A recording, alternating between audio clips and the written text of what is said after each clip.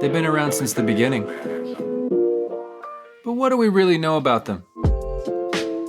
It's time to start asking questions. I'm Chris Brunt. This is Padre.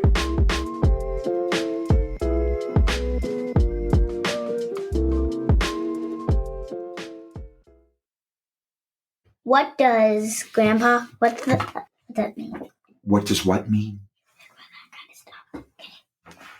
To make the audience laugh. Oh, we weren't talking about anything. Nothing. No, nothing. We weren't keeping any secrets from the audience, not us. We were just planning a surprise for you guys. Coming later in some of the episodes. One of the surprises is that... Don't tell them. We're going to be talking about something new. We're going to be talking about when you were a baby. Weren't you so cute? I was so cute when I was a baby. Me too. You gotta admit it. I know you cute when you were a baby. Everybody. Since he was old enough to talk, Julian has had a best friend. He calls him Grandpa. Wow! Again. Okay, wait till it comes a little closer. Okay. You ready? You ready? I'm gonna do it hard. Wow! These two, thick as thieves and have been from the beginning. And though the pandemic meant they got off to a slower start, Nico is catching up quick. These are remarkable relationships because this grandpa, my biological father, never really got to be a dad. I'm his only son, but as you're going to hear, we didn't meet or even know about each other until I was 30 years old and he was nearly 59. This is a grandpa who no one has ever called dad, who didn't know how to change a diaper. A year after I met him, I married Chanel. He was at the wedding and he's been a huge part of our lives ever since, and both of our kids' lives. We've never lived too far away for him not to hop in his car and come visit just about every month. He's inexhaustible. He's infinitely creative in the ways he finds to provoke their imaginations, running years-long enterprises involving pirates who leave handwritten scrolls and buried treasure in the backyard for the boys to find, or FaceTiming as a wizard for 3 hours on a Saturday morning with multiple costume changes and what amounts to an entire prop department. He is an unfailing source of joy and love and tenderness in our lives. I can't imagine him not being a part of our family. It's wild because one day, back in 2011, both of us, me and him, more or less just dropped out of the sky and sat on a park bench and introduced ourselves. That story in a minute. This is the only in-person interview I did for this season. Mike was at my house for one of his frequent visits, so you're going to hear our conversation in studio. The sound quality is a little less crisp, a little less glossy than you're used to, but I don't think you'll mind too much. I wanted to let him tell the story of our first meeting, and he does. He gets emotional. We both do. I get emotional when I listen to this. I hope you enjoy it. I'll talk to you afterwards.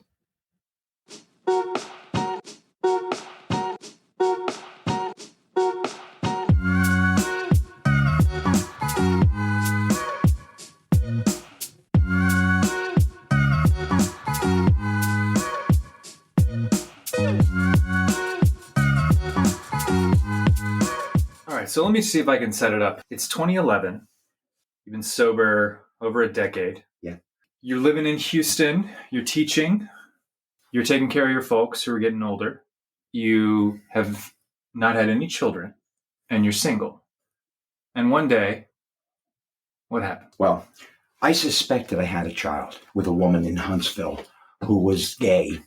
And my last night in Huntsville, before taking a job in Houston, I had an overnight with a woman who left to go have a baby in Wisconsin at a convent, or I don't know. A convent, really? And they were pretty sure that probably was my child. So in the back of my mind, I always thought someday I may get a knock on the door. But who knows? but it certainly wasn't in the forefront of mine. Hold on, you've never told me this. Yeah. You saying I might have a sibling out there? It's possible. So, how old would they be? 4 years older than you, perhaps. Wow. Okay. I'll give you the mother's name, not on this, none in this setting, but her father was the dean of the College of Art at the university, and my friends who were art majors, all of them, I guess, were gay, but they knew this woman. This woman knew my name through them. She knew of me, and we met in a bar. It was spring break, and I had decided I was leaving. My last night in Huntsville, all my friends were gone, and I meet this woman in the bar who knew my name, and one thing led to another. The next thing I know, I'm sure I tried to call her, and wherever she was living with other women, wouldn't put my calls. Oh, she's not here. No. Wouldn't take a message. So I just assumed that's fine. She doesn't want to deal with me. And then I heard, I don't know how long after that, from a good friend of mine. And he told me that, Becky left and she went to Wisconsin and she's going to have a baby. Wow. And so he and I talked about it, the likelihood that she had another affair, which he said, my friend said to me, no, you're the only guy she was with. Wow. But she never contacted me. I got absolutely no word from her. And again, she had not returned any of the calls. Now I'm in Houston. It's a long distance call, but she couldn't just pick up the phone and dial. Okay. So that's the precedent then. Yes. So now I'm working at the alternative school, which is a school in the Klein district. North side of Houston. Right. As far north in Harris County as you can go. So we're quite outside the city. Yeah. And when we first moved there, it was lily white. One of the things that Clinton did was he was spreading housing money around to different areas. Mm-hmm. Klein was rapidly becoming more diverse. Mm-hmm. And the school district really didn't know how to handle it. And they do not know how to handle kids with behavioral issues, kids with gang affiliations. We're almost speaking almost entirely of kids of color. Mm-hmm. So they opened this school for these kids, and that's where I'm teaching. Now, the kids are sentenced there for brief 30 days, maybe the rest of the semester, maybe the rest of the school year. A lot have criminal charges hanging over their head.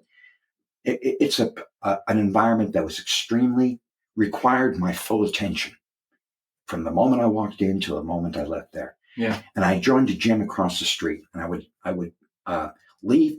I'd change clothes real quickly after the last bell. We got these kids on their buses on their way back to their group homes or wherever it is they're going. And I would run for that gym. And the stress relief was important to me. So I get to the parking lot. I got my bag on my shoulder. And a woman is out there. And she says, are you Mike? Yeah. I don't recognize her at all. Mike Frontain? Yeah. She says, do you remember me? No, where might I have known you from? I don't recall. And she proceeds to tell me that she'd been my girlfriend back in 1982. I'm thinking I had a lot of girlfriends in 1982. And then she said, and I have to tell you, you have a son. I said, whoa, time out. Who are you again? Right. And she starts telling me, I was your girlfriend. And New Year's Eve, we spent New Year's Eve with your friends, Stephen and Lee. They were my friends, but I remember New Year's Eve in 1982. She said, and I gave birth in November of that year. I said, all right, look, please stop. Please stop. I said, here's what we're going to do. You give me a way to contact you, and I'm going to give you an email address. So I go home, and I drove over to the gym, but I never went in. I'm sitting in the parking lot. I call the guy, Steve, who we spent time with. I said, do you possibly remember who this woman might be? He didn't have a clue either. I go home, I open a new Yahoo account or something, and I give her that information. She starts sending me pictures that she had of you. I look at this picture. Of me? Yeah. She must have gotten them from Facebook. She sent me that. Okay. Yeah. And she sends me a copy of the letter that you had written when you contacted the adoption agency. They suggested that you write a letter to your birth parents explaining why you might like to have contact at this particular stage of your life. Yeah. She sends me this incredibly beautiful letter. And I look at this and said, I like this guy. I mean, if I had read this in any context, I would have said, I like this guy. So I said, all right, in kind of a state of shock, but I'm having difficulty really pinning down am I happy? Am I scared? By this point, do you remember her? You know, I remembered her father because in 1982, I hung out at this bar. During the day, it was all white-collar execs. In the evening, my crowd took over. And then Saturday afternoons, I would tend bar, which paid my bill for the week. And I lived right across the street in an apartment complex from this place. So I was there a lot. And her father would come in on Saturday afternoons, and he stood out because he wasn't part of the white-collar typical clientele. He had a long red beard, and he had a business that was like cleaning supplies or something. And the place was never busy. So he and I would talk quite a bit about a lot of different things. His name was Les. When she told me that she was Les's daughter, I said, oh, wait, I remember Les. And this, by the way, drove her crazy that I could remember her father before I remembered her. Understandable. And then I remember he got her a job on the dining room side. I had a lot of girlfriends. I remembered, I guess we had some time together. We'd go across the street to my apartment when the place closed. Yeah. She was considerably younger than I was. I was 28, and she was old enough to work in the place, so she was 18. Yeah, at least, but probably not much more than that. Mm-hmm. But that's all I remember. And she was tall and extremely slender. I mean, extremely, extremely thin. I remembered that. But we had no real connection of any kind. Mm-hmm. I'm transferred to New Orleans in February of 82. Never gave her a thought. I mean, I can think offhand of at least 4 women from Houston that came to spend weekends with me in New Orleans. Those were the women that I remembered. I had relationships with girlfriends. them. Yeah. That this woman, I really did not. But I can say with all honesty that I made every effort to be as understanding and polite as I could be to this woman. During this encounter when she came to your... Well, as we started progressing, mm-hmm. as she sent me information, then we started corresponding. Mm-hmm. I took her to dinner. I met her someplace we could go for a walk. I was trying to be as agreeable about this, even though I felt anger, but I could channel the anger into thinking of what this poor woman went through in 1982. What do you think you felt anger about? The fact that she withheld this information from me for 28 years. And I couldn't help. I mean, I made a vow to myself. I am not going to allow myself to think and say, what would my life have been like if I'd known about this boy? Because it's pointless. Yeah. But it's hard to say, oh my God, would I have been, I certainly would have had a different career. I had a wonderful career to that point. But that's because I can indulge myself. I could say, wait a moment, I want to work on this kind of project. I want to work on this. Had I been responsible for supporting a family, I would have been much more conservative. How would it affect my sobriety? Would I have ruined this boy? Or would it have given me the incentive to get help at a much younger age than I did? And you literally can't know the answer to those questions. So I'm saying, why tear myself up? So I made this vow. I'm not going to allow myself to think about that. And I tried to take that anger and channel it some other way because it wasn't going to solve anything at that point either. So I tried very hard to show as much empathy for this woman as I could, thinking that at least I wasn't traumatized and I haven't been torn up on a daily basis for 28 years. Yeah. So I can indulge, the least I can do is you didn't have to go through labor and then give the baby away. I can't even conceive of what that might be like. Me either. And I didn't pretend to try to. So I indulged her. I would take her to dinner. I was very honest with her about my sobriety and some health issues that might be important. I had cancer at that point, alcoholism. I said, these are the kinds of things that this young man needs to know. But did you want to meet me at that point? Yes. Okay. Yes, I did.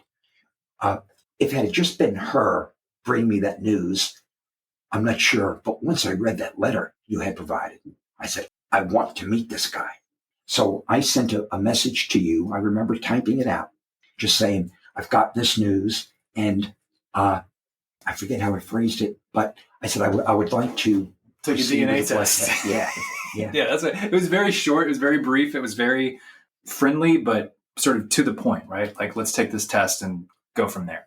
And so then I ordered a test somewhere. Yeah. And for one that was like, it would not hold up in a court of law, but it was like 99% accurate. But it was the quickest way to do it. So I send it to you and you do the swab or whatever. You send it in, I do mine. And I shared with your birth mother, Michelle, we can use her name, the code to access it. I said, we're supposed to have it this day. Yeah. And so she knew about the same time I did that. And this is No all, doubt. just for context, this is all within a couple of weeks of me establishing contact with her for the first time in my life, right? This is all happening, I want to say, in March, and I had gotten in touch with her in February. So it's all brand new to her as well, right? Like I still haven't even seen her face to face. We've Right. talked on the phone. We've sent a lot of emails back and forth, but she's also in the kind of like, in that headspace of this all being very, very, very brand new as she made that contact with you. But she had shared my name with you by this point. Yeah. She shared your name with me on the very... She withheld for some time. Well, no, she withheld it when we spoke on the phone for the first time. We talked for about 9 straight hours.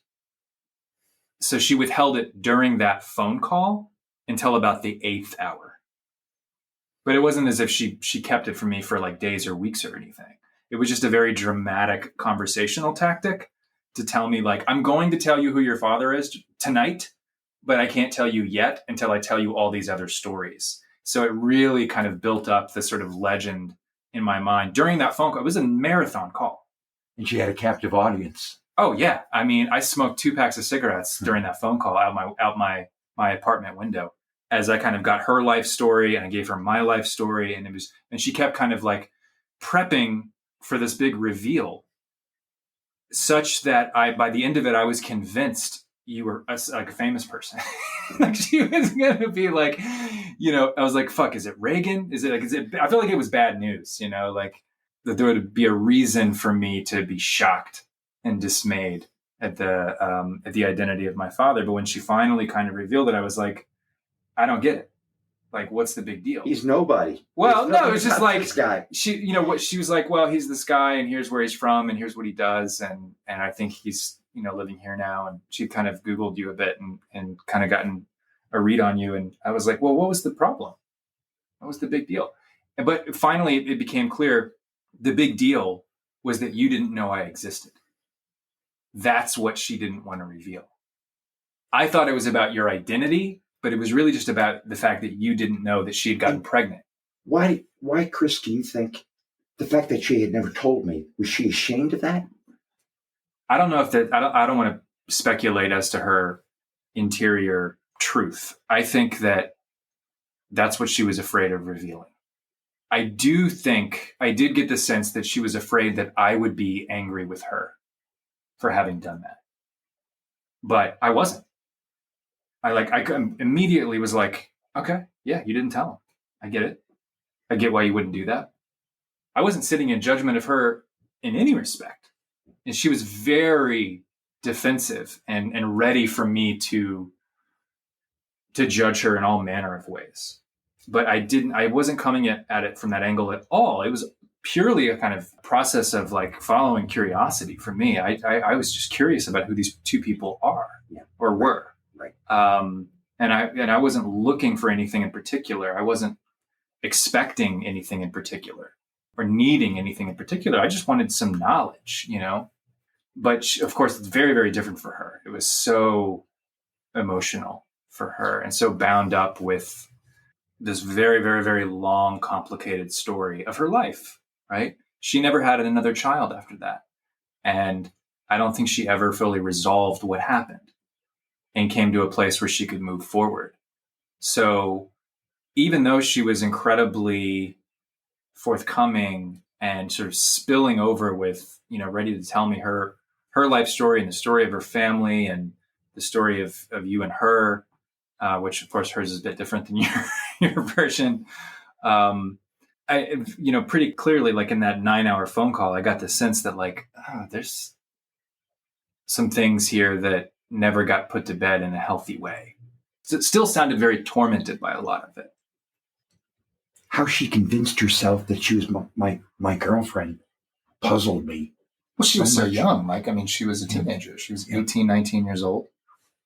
And you were this swaggering bartender. She saw me with other women all the time. Yeah. That doesn't seem that uncommon or strange to me. I think what was harder to understand was how she interacted with both of us from the point forward where you and I had already met. And now there was a kind of triangular communication going on. That seemed to really rattle her and trigger a lot of whatever those older problems and issues had been around putting me up for adoption and around keeping that from you. That really seemed to just kind of touch off again and make it impossible for the three of us to remain in contact the way we were, because she got very distraught over feelings that we were talking about her behind her back or keeping things from her, things that we were expressly not doing. She kind of couldn't see around her fears about that stuff, as if now that we were in touch, we were going to kind of conspire against her. And it didn't seem like anything we could do or say was making her feel more secure. You might remember me telling you that my mother was adopted, and late in her life, or when she was 70, I mean, she lived for quite a while after that, but she decided she'd like to know about her birth parents. So they hired an attorney to get the records opened in New York. Were unsuccessful, and I won't get into it. It was legal issues. So I was very sensitive to someone wanting to know something about their history. So when I read your letter, that reverberated, or I could hear my mom saying the same kind of thing. We get the test result, and we know it's like 1,000%. So I send you a letter giving you a thumbnail sketch of who I am and what I think is important. So now I'm going to be in New York because my older brother was kind of like the biographer of a very well-known playwright. Terrence McNally.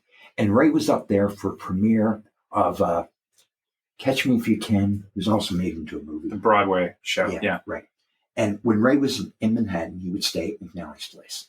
So I'm going up for the premiere, which means the party with all the cast and all these Broadway people. Yeah, you're going to go hobnob with the Hollywood folk who are coming down to Broadway. Which is not typically what I do on weekends. So I'm going to fly to New York for this. My sister Elaine had a daughter who was about 3. I'm like, this is my sister who's 14 years younger than I am. And she has had a very successful career in television. She was probably running the History Channel at that point. Mm-hmm. But she was a television executive. So I was staying with them in Riverdale.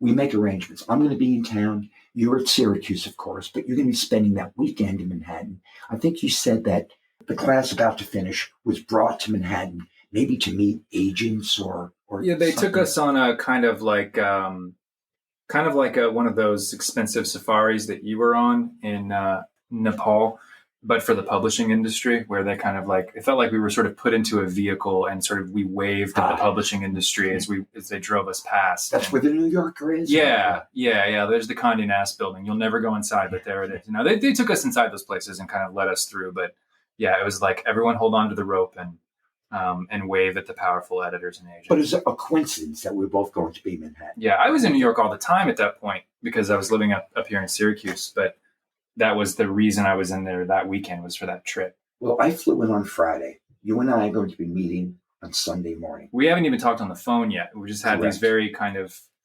but I've seen a picture of you, several pictures of you. So I know what you look like. Okay, I hadn't seen a picture of you. That's right. I get in Friday afternoon, and I meet Elaine in her office, and I'm going to kill a few hours, then go home with her. So I dump off my bag. I said, Elaine, I got to find some music.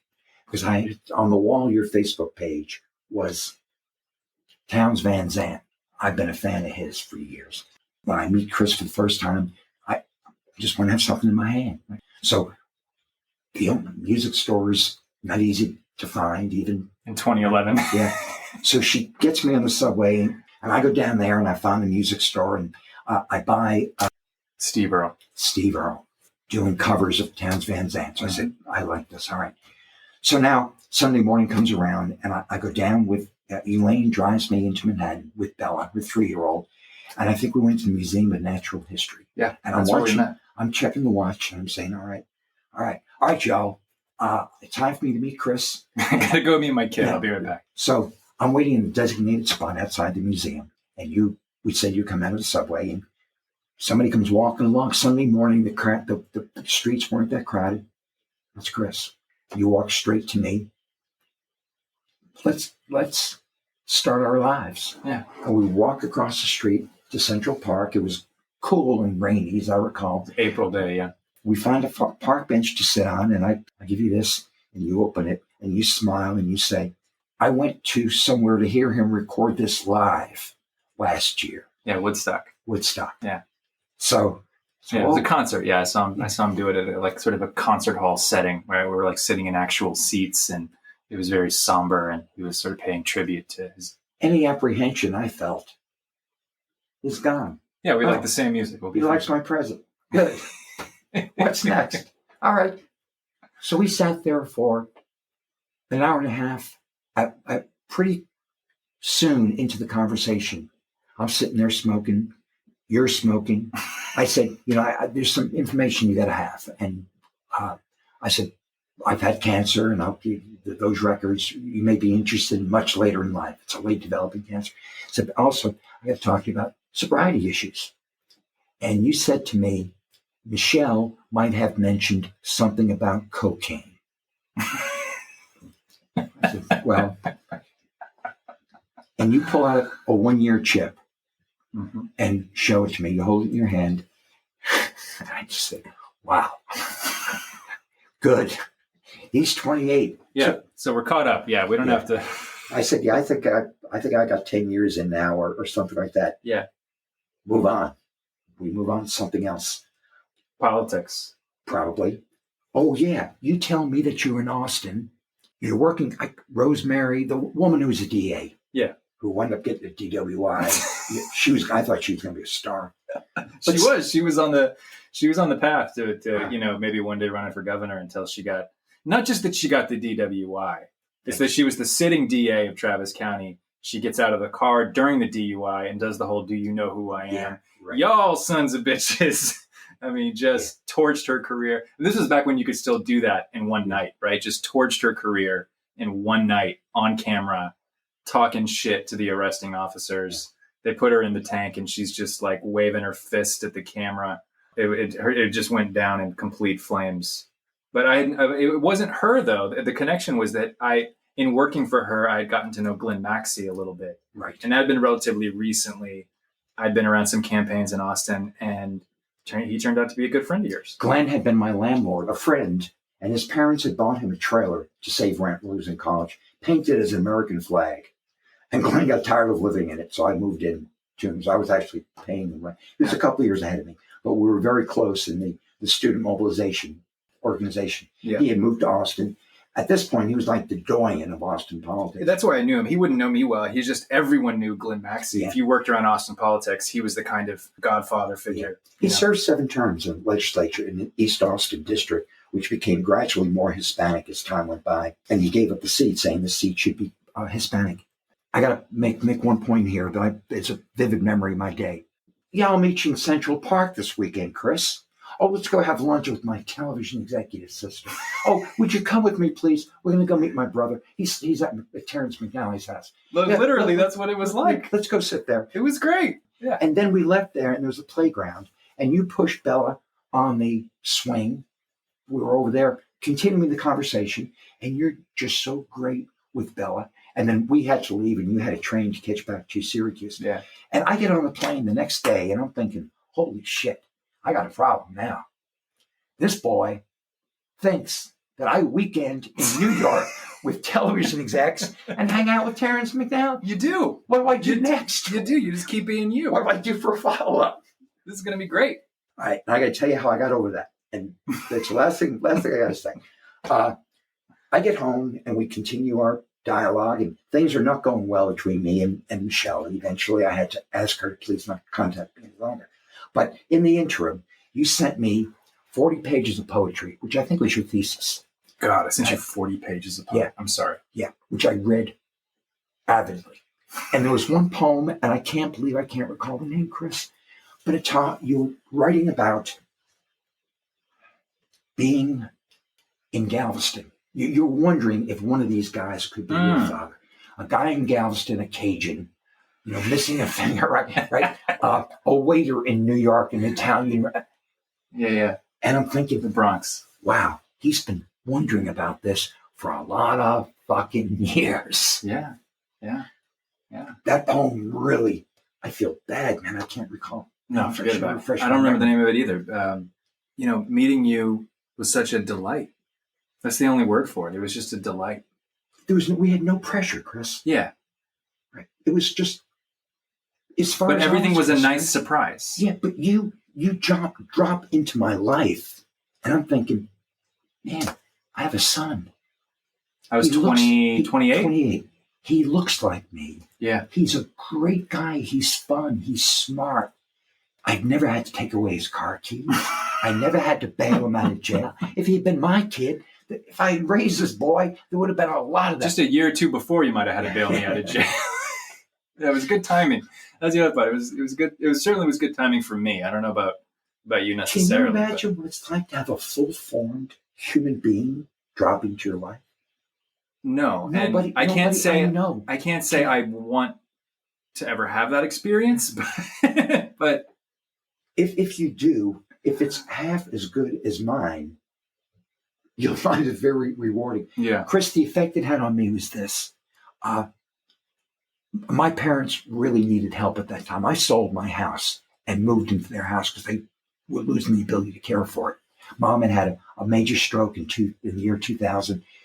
Used a walker, eventually moved to, make a long story short, they needed me there. And I got fulfillment from that. Helping these kids at school was fulfilling, except every day it reminded me how far removed I was and how little I really could do for these kids. So I was far removed from their experience. Yes. And how little I could do to truly influence their going forward. Yeah. So now I'm treading water.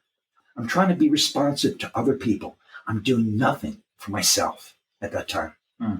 And sobriety felt painful. I mean, where is the joy in my life? Again, I'm getting satisfaction, but that's not the same as getting joy. Yeah. Now, suddenly, I have something totally new to live for. This is before the grandkids, man. I've got something totally new. It absolutely changed my life. It rejuvenated me in ways. I don't know if that's the right word, but that's what comes to mind. That's beautiful. And then the grandkids. I mean, a year later, you were at my wedding, right? And I met your parents. You met my mom and dad, and they were gracious as they could be. And all I could do was express gratitude to them for the job they had done. And then I met friends of yours. My whole world, really. One night. One in particular spent a lot of time educating me about what it was like being Chris Brown's best friend. The guy I got drunk with in 6th grade. Yeah, right. Mary Carr's nephew. Okay, let's blame her genes. Yep. And then you got to be a grandfather. The first time I saw Julian was at my sister Donna and Tom's house. You must have been 3 days old. Of course, my parents had both passed away. They had met you there once. So you had met my parents, but of course Julian wasn't with us yet. Yeah. But I have a photograph of me holding Julian. And I mean, I've held babies. I had 4 little sisters, but I've never felt anything more fragile in my life than holding Julian. And Chanel, am I doing this right? Am I doing this right? It's a feeling like I hope you're going to enjoy it. And then every day, that boy gives me joy, excitement. I don't have to be with him to get joy and excitement. You've seen, I've got pictures of him all over the place. And now Nico is providing that same level of fun. I'll never forget the first time you asked me to sit. You and Chanel were going to go out for an early dinner. And he was sleeping a lot in those days. All I had to do was, you showed me how to hold him. And then at this time, you put him down in his crib. And The scary part was I was great holding him, was reaching over without waking him up and getting him down just right, just the way you do it, so he wouldn't know anything was different. It's scary for us too. And then God forbid he wakes up and then you got him on your hands again. I was going to call you and bring you back to dinner. One weekend you called me on a Saturday morning and said, "We need some help."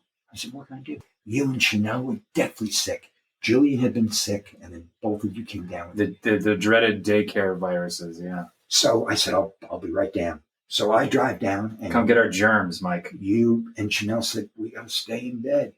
But Julian was getting over it at that point. Yeah. And he must have been about a year, maybe 10 months or something. No longer as delicate as I. Yeah, he's crawling around or whatever. So everything was fine. And I stayed. I went home that night, went back Sunday morning, stayed till late afternoon, and you and Chanel were getting back on your feet and said, "Okay, fine." So I went home, and then I spent a week in bed. But sorry, man. No, but the feeling so useful. I mean, it's taking care of parents is one thing. Taking care of a baby, a sick baby. Oh my, that's nothing. Hey, that's why we're here, right? And I never had that feeling because I never got to raise you or any other kid. Yeah.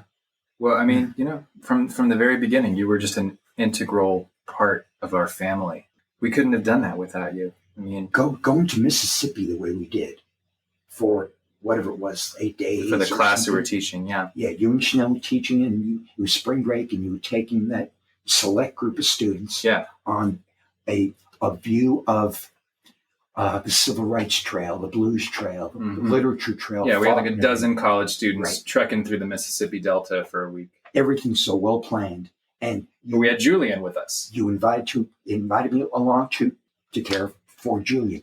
And he was 18 months old. And we had a ball. He's so freaking smart. He absorbs. He just learns. I don't know if I could have done that with any other 18-month-old. Well, you guys have always just been best friends.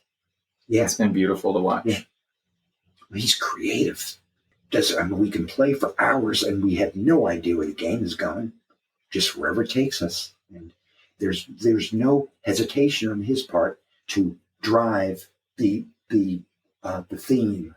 Where are we going today? But there's no hesitation on your part to go with them. And but it's easy for an adult, right? No, it isn't. It's something that you're great at and that makes you a special person in his life, because when he was little, I would get down on the floor and play with him, but I wasn't putting on wizard costumes the way you do. I wasn't going to find a new wig to wear the next time he wants to play, warlocks or whatever. I mean, he's discriminating, right? He knows which ring goes with which wizard. So tell me about fatherhood. You tell me the most rewarding and the most scary aspect of being a father. I'll start with the scary. That's easy. The scariest part is learning to live with your heart outside your body all the time. Wanting them to grow and to try new things. But from the very first minute, you're terrified that something's going to happen to them and that they're going to get hurt or that they're going to, suffer. And it's just terrifying. Remember that playground in Memphis when we lived on Evergreen and we could just walk right across the street and we went there every single day? By the church. Yeah, that was like Julian's big playground because we were there from his like year 1 till almost 3, right? So we were just always at that playground. I was always so worried that as he kind of got better and better at climbing around on that thing and trying all the slides and trying all the different aspects of the playground, that he was going to lose his footing up there and fall. So you're enjoying it, you're playing, but you're also a little anxious. Stressed. Right? It's stressful. He's just like, no, yeah, try it. Try the next slide. But, oh God, like don't back up too fast, And one day he really did fall. He looked over the edge and he just took a step. And I jumped from the other side of the playground and got my torso horizontal on the platform such that I could reach over and grab his ankle as he was falling head first onto the ground.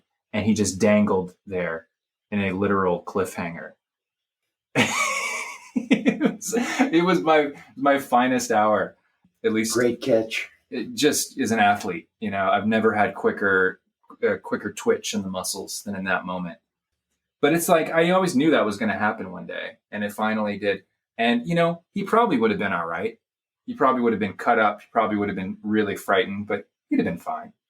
And Chanel always tells a story of like falling all the way off the top of a slide onto the back of her head when she was a little, a toddler playing at the playground with her mom. And kids fall. They fall, they get hurt, but you live in terror of it.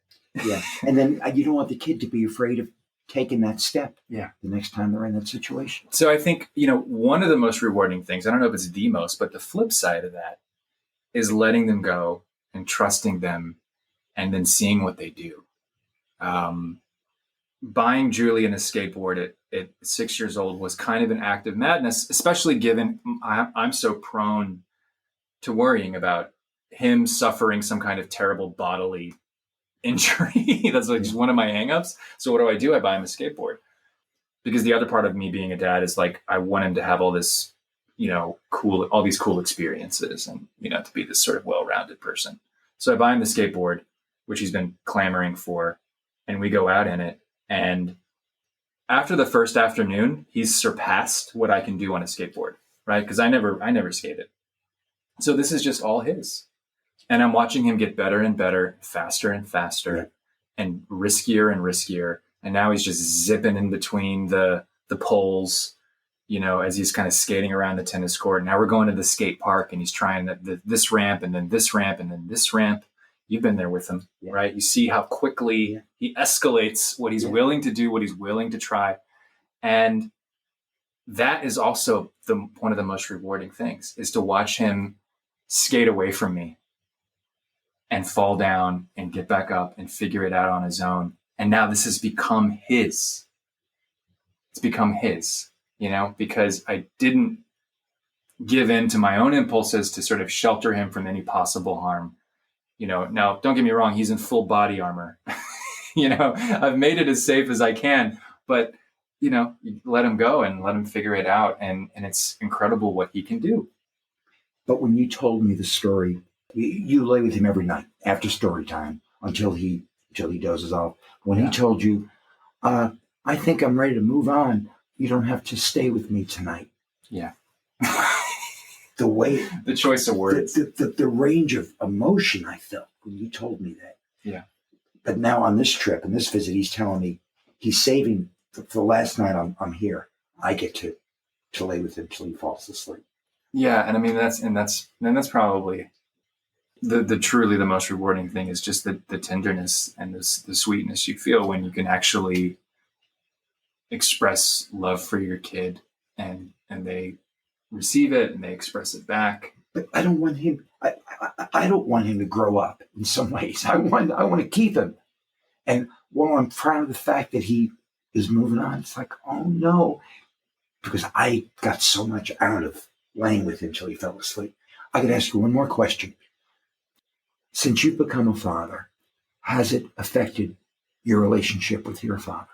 Have you gained an appreciation for the sacrifices he was making that you might have taken for granted? Absolutely. You can't not revisit all of those kind of childhood and adolescent and teenage resentments and bitternesses and the fights you had and sort of see it through the lens of being a parent. And you see the other side of the curtain. You see what was behind the curtain all along. And my parents were very big on kind of like putting up there wasn't a lot of sort of transparency in our house in terms of what their lives were really like as adults, what they were dealing with as adults, and what they were giving back to us as parents. It was just this kind of very baby boomer style. There's an adult world and there's a child world, and never the twain shall meet. But I can now kind of go back and remember conflicts we had, things that I was really impatient with or angry about as a kid. And you just think like, yeah, he was going through this at that time. He was worried about his other kid in this way, or he also had to think about his marriage, or he had to, I know what it's like to come home from work to unappreciative children who are just, clawing and clamoring for the next thing that they want that feels really small in comparison to, whatever you may be worried about. It's tax day and they're they're yelling at you about, you served them the wrong kind of pretzel. Yeah, you have to, if you're thoughtful at all, I think you, as a parent, you're going back and you're kind of reassessing your own parents' behavior and style now that you know how fucking hard this is and how stressful it is and how little real time you get for yourself, little space you get for yourself, and how easy it is to be impatient, how easy it is to not be a mindful parent, because you're just trying to grab some little shred of independence or autonomy for yourself in your day. And you just, in that moment, you turn around and you dismiss whatever your kid's got going on, or you're just not empathetic to them whatsoever. You forget that they're a 4-year-old. Yeah. And you say, like, can we just be rational about this for a second? Nobody's perfect parent. My parents were certainly not perfect. So there's a measure of like grace that you sort of retrospectively want to give them. I understand now much more than I ever could have, how hard it was and what you guys were going through. And sorry I was such a dick all the time. All right. We got to get to work. We got other stuff to do today. Absolutely. But one final thought, if I might. Listening to you describe your thoughts now about your relationship with your dad, and I think back to my relationship. There's one thing I wish that both of those gentlemen could have experienced. And that's that I wish I could have been more of a friend to my father at times.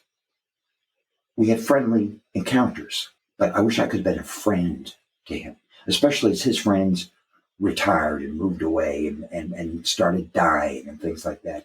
He needed a friend, and I wasn't able to carve that out at that stage of the relationship. I'm not going to have that problem because you've been my friend as much as a son. Yeah. And boy, what a gift. All right, we're done. Love you, Mike. I love you too. All right, I got yard work to do.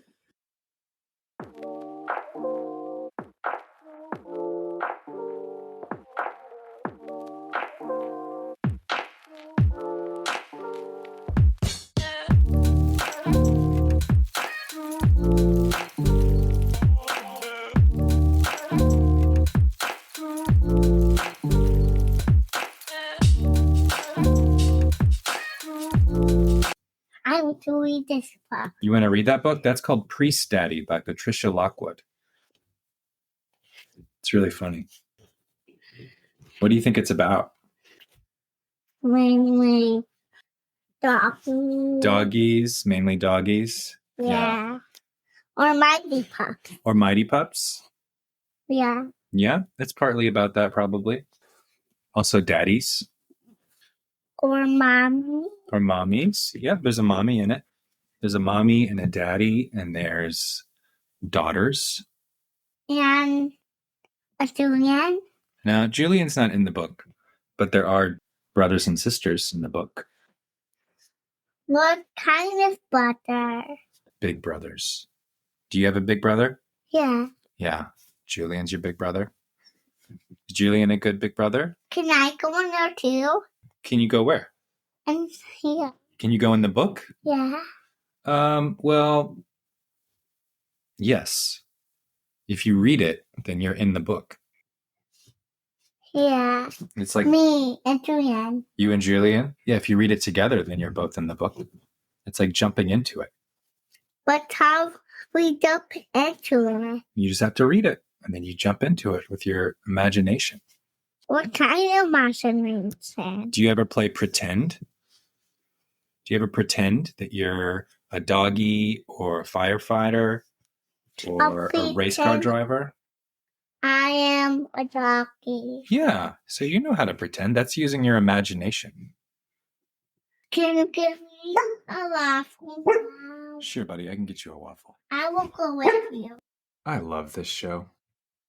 If it wasn't for Padre, I wouldn't have an excuse to sit down with amazing people and make them talk about what I want to talk about and learn about new siblings I might have drifting around out there. Hey, if you're a roughly 44-year-old woman born in a Wisconsin convent to a sophisticated gay art mother and an unknown father, it's nice to meet you. Feel free to get in touch. It'd be cool to have a big sister. One can hope. If you want to hear more from my conversation with Mike Frontain, I have an extended interview with him I'll be releasing soon as a bonus episode where we talk about his upbringing and his father, a very lovely man I got to meet before he died. And their very colorful New York, Brooklyn, Queens, French-Canadian family. So given the topics in our discussion today, there's really only one person left to talk to. Who else do we know met their father in a park one day in their 30s and found that experience to be a profound reckoning with their entire past and identity and sense of the world? That's right. As it was in the beginning, so shall it be in the end. Baron Vaughn is back on the pod, and this time, he's taking home hardware.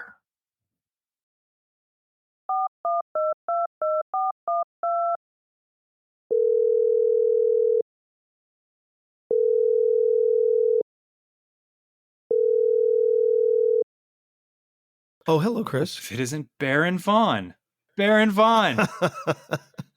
Well, you called me. Hey, so. buddy. Welcome back to Padre. Happy to be here. Our very first guest, our debut guest. Oh, right. You It was the number one, debut man. guest. You were number one. I mean, you know, because I gave you a little heads up, but not only were you our very first guest on Padre, but you are our final recipient, at least for this season, of the Not a Terrible Father in This One Instance Award. Congratulations, Baron. Ooh, thank you. I wish I had that crowd, in Beyond Thunderdome cheering for me right now. Like, two men enter, one man leave. Part of the reason, Baron, that I saved you for the end, because I didn't want the bar for this award to be set at, the the level that your story is going to set. I mean, I didn't want people to think that they had to, perform a feat of equal or greater heroism just to be not a terrible dad in one instance. Okay. We're trying to we're trying to help people here. We're trying to, to lift people up. So I've never actually heard you tell this story, but I kind of almost heard it just after real time, because I think you called Chanel right after it happened and told her the story. And as you were telling her the story, she was so blown away that she was telling me while she was on the phone with you, like one line at a time, hey, what? Chris, Baron just one line at a time. So anyway, if you would please, at your leisure, to let us know what happened on this very remarkable day. Well, on a special day on June 10th, it was June the 10th. I'll never forget, because it was the birthday of this mofo I call my youngest child, Jaimin. Look, we were in Los Angeles, and we kind of luckily found this midwife, who had I guess it's called a birthing center, because you can do a home birth, but then there's also, you can go to the birthing center, where it's like a place where they kind of create the environment of a home or a cave, a home that's a cave. But midway between a layer, between home and hospital, you got a birthing center. Yes. And with our first child, Savion, the plan was to have him at a birthing center, but that didn't end up happening. We ended up at the hospital. What happened was that there was a lot of, I guess you could say, resistance from Rhiannon's body. So they had to relax her, which is how you get the whole, I think it's called Pitocin, which helps sort of induce the birth. But by the time that was happening, she had the epidural and all of these things that really deaden the pain, deaden the experience of the birth. And what the narrative is in popular culture is birthing a child is the most excruciating, blood-curdling pain that you can ever experience. Which brings us back to the youngest child, because she did not think that she was having the labor experience purely because it did not hurt enough. Because she thought it was going to hurt more right? She didn't really get to feel what it felt like to birth Savion, which was she the missed plan, out on that once we were there. excruciating world historic pain. Yeah. And so, it's a thing for the average woman, who is having a baby for the first time. It's like super intimidating because nobody can really describe it to you. And even if they can, they're not you. But that's why we got tripped up with our second child because, there's, I guess it's called like the fake, it's like birthing pains, Right. Braxton Hicks, where it's like, it's not really the birth, but it's, false contractions. Or real like, contractions, but there's not all because kinds you're of giving birth at that moment. Exactly. So she was convinced that what she was feeling was Braxton Hicks and not actually the baby coming. Now we're on baby 2 now. And what's the plan here? The plan is to be at the birthing center for baby 2? The plan is to go to the birthing center again. Yeah. Because we didn't really get to do it with the first time, but we had a relationship with this place. So we thought, or she thought, this doesn't hurt enough. This must be Braxton Hicks. I'm just going to go lay down. Right. So I'm like in the living room this particular day, watching 42 with my oldest, watching Chadwick Boseman be Jackie Robinson, and Rhiannon, my wife, is in the back, and I could hear the screams and the call. Wasn't really screams.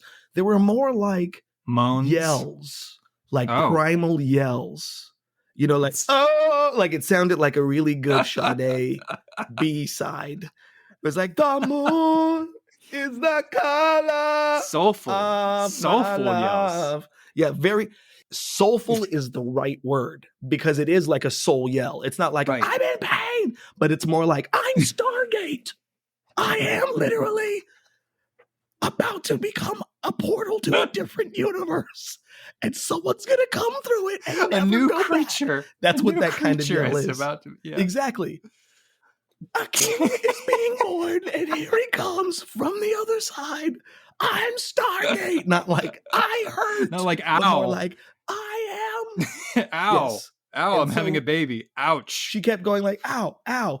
Yes. And I went into the room and I was like, are you okay? She's like, I'm fine. It's Braxton Hicks. I just really need to take a shower, I think. I just, if I take a shower, I'll be fine. And she gets up out of the bed and her water breaks. Right. She was like, oh no, I peed. I'm like, no. No. That's your water breaking. Right.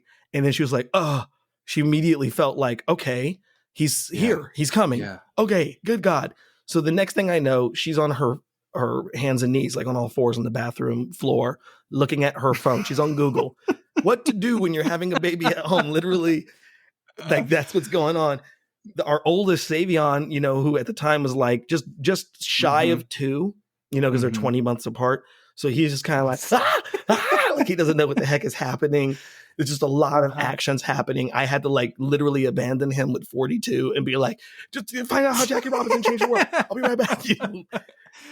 And so she's on her phone. She's like, okay, get a bunch of towels. And I'm like, check. And I put towels she's under her. literally like, reading the directions off Google. She has the presence of mind to like spell into Google, what the fuck do I do right now? Yeah. she's quarterbacking. I think it was like a combination of Google, but also like maybe like I think it was like a handout actually, like that the birthing center gave us, like what to do if you're going to suddenly have this baby at home. Here's a step by step. Exactly. Good flyer. Good flyer to give to everybody. Put this in your phone. Very good. Yes. We should all have that just in case. Little fact, little FAQ. Yeah, because you never know. You never know when the baby's going. You never know when the baby's going to come. So, but look, I'm at my office right now on campus. Someone in this building could have a baby in any minute. I don't know. I need to have that. Can you send me that flyer? Will you have no idea. I'll see if I could. Yeah, I'll see if she still has it. But here's a big important like side note. While all this was happening, it was 5 p.m. on a Friday in Los Angeles, right? So she was like, I am not getting in a car to be stuck in traffic on the way to the birthing center, which was like a 10-minute drive, or the hospital, which was probably like a 17-minute drive. Because in LA, like, the ambulances are just sitting there too, right? They're just sitting like on the fucking 405, and just not moving. Friday rush hour. So she's on all fours, and I'll get towels, wash her hands. I look over at Savion. He's like, ah! And I'm like, I got this, son. And she's like, okay, check to see if anything's happening. And I look, and Jaimin's face is already coming out, right? And I'm telling you, like, this is 10 minutes after her water broke, right? So she was like, okay. I'm like, yeah, there's a face. And she's like, all right. What you have to do is push on my taint. You know, she didn't say taint, but that's what it is. Perineum or perineum, depending where the on how stress you like to is. It's pronounce up to things. you. Especially at a birthing center, you get to decide and where like to put that stress. Exactly. So it's like there is a big thing, and a lot of people have talked about this. I'm not the first person to talk about this. A woman being on her back with her legs up in stirrups is literally the worst way for a woman to give birth. Like most other countries have banned that because it actually increases maternal mortality because you're fighting against gravity. But so being like on all fours actually helps. Like gravity does a lot of the work with you. So it's like I push on her taint, and he like is like shloop, like he came right out. What? He came right out, and like I'm holding him all of a sudden, like whoa. So it's like Jaimin is there. He's like in my hands, and I hand him to her, and it's like now they say, you know, apparently and this is scientifically true as well. Women supposedly forget, at least in that first moment, the pain of childbirth because the endorphins of, oh my God, my child is here, just like goes, it's like the, you know, you're on ecstasy drugs, you know, basically like your body made all of just the ecstasy supreme drugs. Calm and tranquility that comes over this person who a moment ago was doing the primal, soulful, screaming yell thing. And you're like, wow, this is, this is nature. Here is nature. Exactly. Exactly. And they're over, and then their body is flooded with endorphins and oxytocin. That's literally what happens like after the birth. So it's kind of like she's like almost blissed out by this point while she's holding her son. And then 5 minutes after that, this is when the midwife, I go out to check, you know, the babysitter shows up first, and she's like watching Savion and watching Rhiannon, and I go downstairs and I see the midwife walk up, and she walks up, and it's like she brought her team with her, you know, like 4 or 5 different qualified women. They all come in, they like, you know, clean the baby up, they take care of Rhiannon. They're like, okay, we got this. Good job, Dad. Good job. I was like, cool. Substitute because I was like midwife. Good job. Exactly. I was you know, I was the middleman, not the midwife, but the middleman. I mean, look, I'm an anxious person, so I spend a lot of time like catastrophizing about the worst possible things that can happen and the worst possible way that they can happen. But when I have been faced with crisis in the moment, I become hyper focused and hyper calm, because I guess there's a part of me that does know freaking out is going to do nothing except for make everyone else freak out. So I became like super hyper logical. I was like, because also I was scared.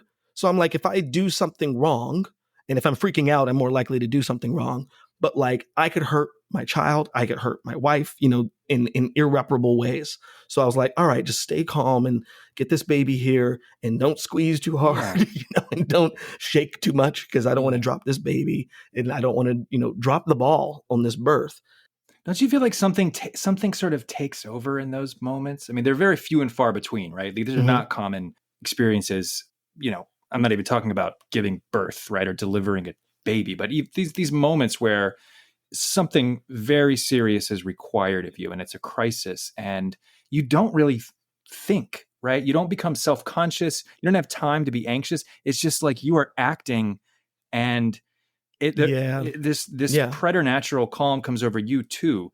And thank God, right? Because if I was my usual self, I would be I would be contributing to the crisis, right?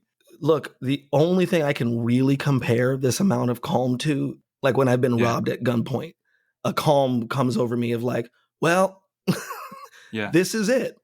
Like, what am I going to do? Run? No.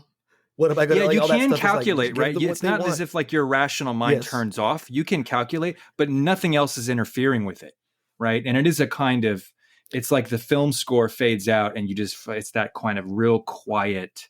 It's literally life or death hyper focus. Yeah. You know, that's the only way that I can describe it. Don't you wish you could fucking just like cue that up whenever you wanted? That'd be badass. You know?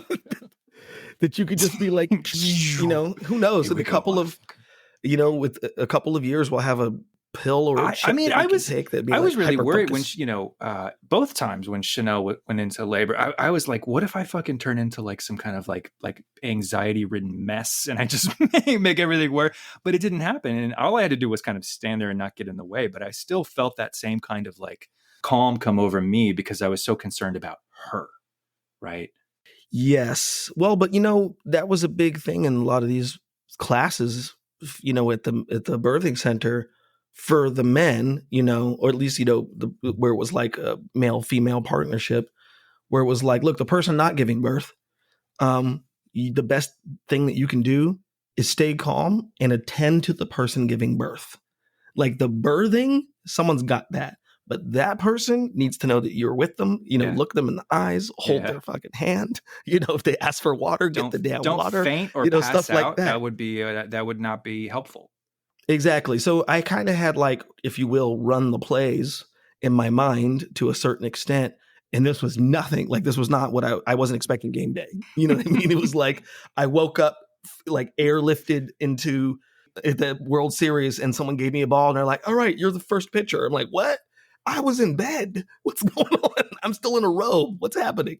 So it's like that's amazing, that's the experience, man. That's you know, amazing. And so that's why Chadwick Boseman has a special place in my heart, you know, forever and ever. Amen. God, Baron, what a beautiful story, man. What an amazing thing. Do you? Thanks, I mean, sir. How often do you remind Jaimin that I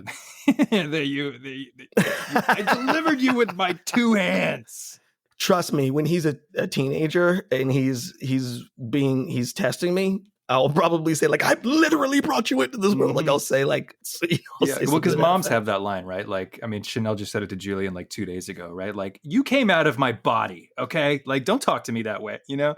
And we don't normally have that. We're just this thundering stranger, like going, hey, knock that off, you know? But you can actually like, Jaimin, I lifted you from your mother with these two hands, okay?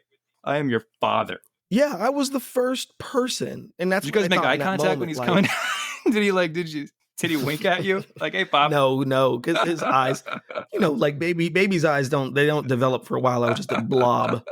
I was the first person to like touch him. Yeah, you know, I was the first person to have my hands on him, and I always remember that. So that is very special to me. That's something that I'll cherish forever. That I am the first to ever touch you and I caught you. That's old school, you know? Man. I mean, like, you know, before like modern society, right? Before doctors, before all this shit, humans were doing that. I assume for hundreds of thousands of years. Midwives. This is where midwives came from. They were the ones. Yeah, man. You did it. We did it. Do you have plans to deliver any more children? I mean, did you get bit with this bug? You gonna? I will deliver them to school. I will deliver them to their room when it's time for bed. I will, you know, deliver them from evil when I can. Oh my God, Baron, well done, and congratulations on a very well deserved, not a terrible father in this one instance award. You will sit in a seat of honor here at Padre for all time. I appreciate that. All right, good buddy. to see you too, man. We'll talk to you again soon. All right, peace. And that, as we say, is our show. Thanks to Mike Frontain for, my biological existence. And also coming on the pod and being willing to talk about it. Hey, do you have a remarkable story about adoption? Long lost familial relations? Secret sisters? Found fathers? Write to us at chris@padrepod.com and give me the lowdown. I want to hear about it. I want to relate and identify, as we say in the rooms. And the rest of you, go over to our socials. Leave us some comments. Tell us how you're liking the program, okay? Tell us your faves. Let's get those Twitter, Gram, and Facebook accounts to a robust level of engagement. Let's keep the conversation lively. Join us next time for the season finale of Padre, when I'll be talking to... Checking my notes here. Oh, that's right. Local father of two, fellow who writes things. Civil War history enthusiast.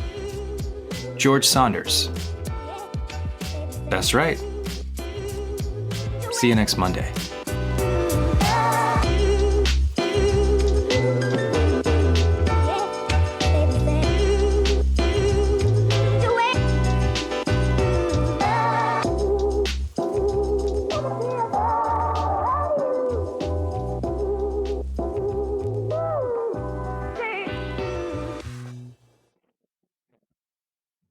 Padre is created and produced by me, Chris Brunt.